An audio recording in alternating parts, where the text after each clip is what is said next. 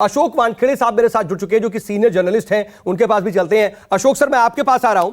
जरा आप मुझे तस्वीर बताइए सर कि क्या इससे पहले यह स्थिति आपने देखी है कि शिवसेना, अभी तक इसका फैसला नहीं हुआ है कि आखिर शिवसेना अलग हुई है या नहीं हुई है, दो अलग धड़े हो, दोनों की तरफ से व्हीप जारी किया गया हो, अलग अलग लोगों को स्पीकर बनाने की बात कही गई हो, इस पूरे परिदृश्य को आप कैसे देखते हैं सर?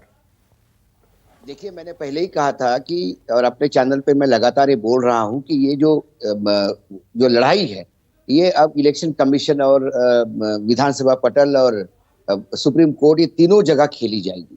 और आज विधानसभा पटल का सवाल है, तो आज दोनों तरफ से व्हीप जारी हुई है और दोनों गुट कोर्ट में जाएंगे ये कहते हुए कि इनका निष्कासन किया जाए। अब जो नए स्पीकर बनेंगे वो अपने विवेक से, मतलब जो की पार्टी चाहती है वो वैसा होगा।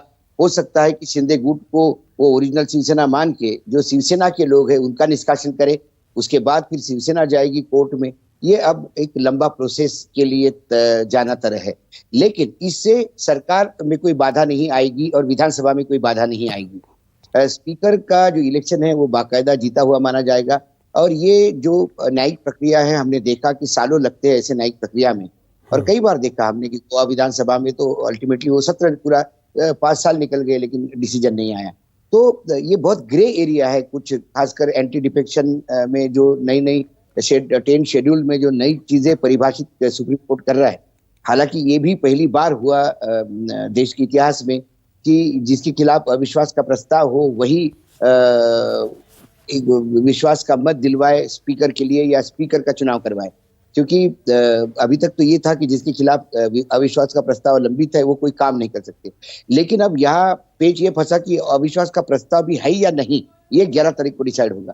तो ये बहुत सारी टेक्निकल एरियाज है। मुझे लगता है कि आने वाले सालों में न्यायपालिका के विभिन्न निर्णयों से इसको रेखांकित किया जाएगा, लेकिन वर्तमान में आज तो ये बात तय है कि किसी भी हालत में एनडीए का, मतलब भाजपा का स्पीकर जो शिंदे गुट शिवसेना का द्वारा समर्थित है, बाकी इंडिपेंडेंट और बाकी प्रहार और विकास आघाड़ी जैसे छोटे दल है वो सब समर्थन कर रहे हैं। तो मुझे लगता है इनके पास अच्छा खासा समर्थन है। अब सिर्फ ये देखना है कि महाविकास आघाड़ी के कितने वोट क्रॉस ओवर होते हैं।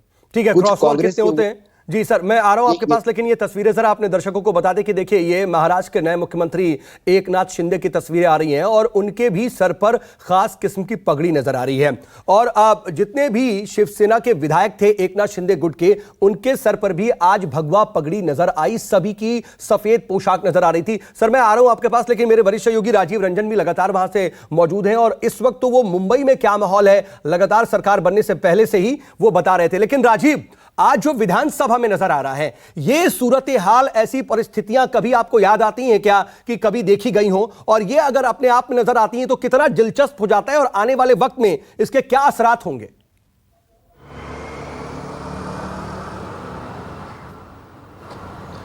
देखिए, भारत की राजनीति में अलग अलग राज्यों में सऊद इस तरह की बहुत घटनाएं तो यहाँ भी है कि एक ही निर्दलीय आदमी भी एक राज्य का मुख्यमंत्री बना है।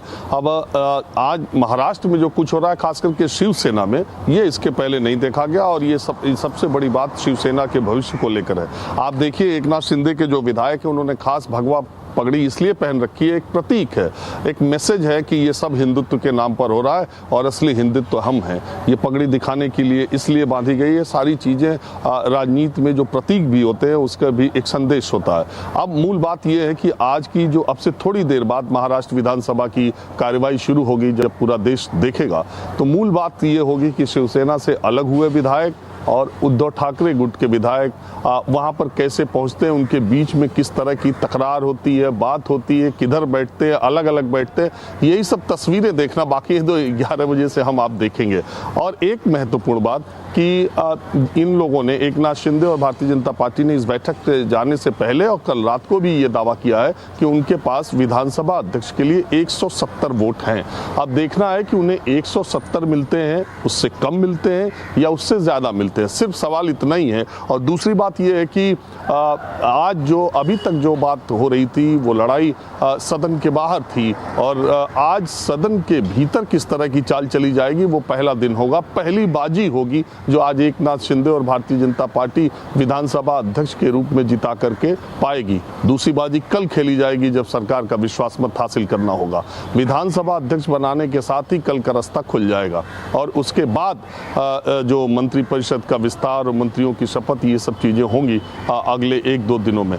लेकिन आज जो कुछ भी हो रहा है वो उससे ये बात तो तय है कि एकनाथ शिंदे और भारतीय जनता पार्टी का विधानसभा अध्यक्ष बनने के लिए जा रहा है। अब विधानसभा के भीतर किस किस तरह की चीजें, तस्वीरें, तकरार वार होते हैं, ये देखने वाली सिर्फ बात है। जहां तक आपने देख ही लिया, शिवसेना का दफ्तर बंदी हो गया। अभी तक शिवसेना के विधायक वहां पर नहीं पहुंचे। वो पहुंचते हैं तो किस तरह से पहुंचते हैं, आदित्य ठाकरे के नेतृत्व में वहां क्या तस्वीरें होती हैं, यही सब देखने के लिए। बाकी परिणाम तो आज का पता है सऊद की क्या होने वाला है। मतलब शुरुआत से पहले ही और वहां पर विधानसभा की कार्रवाई शुरू होने से पहले ही तस्वीर कम से कम एक तरह से। नमस्कार, मैं हूं मानक गुप्ता। अगर आपको हमारा ये वीडियो पसंद आया हो तो इसे लाइक और शेयर जरूर करें और हां, हमें सब्सक्राइब और फॉलो करना ना भूलें ताकि आप देश और दुनिया की कोई खबर मिस ना करें। तो जुड़े रहिए हमारे साथ और देखते रहिए न्यूज़ 24।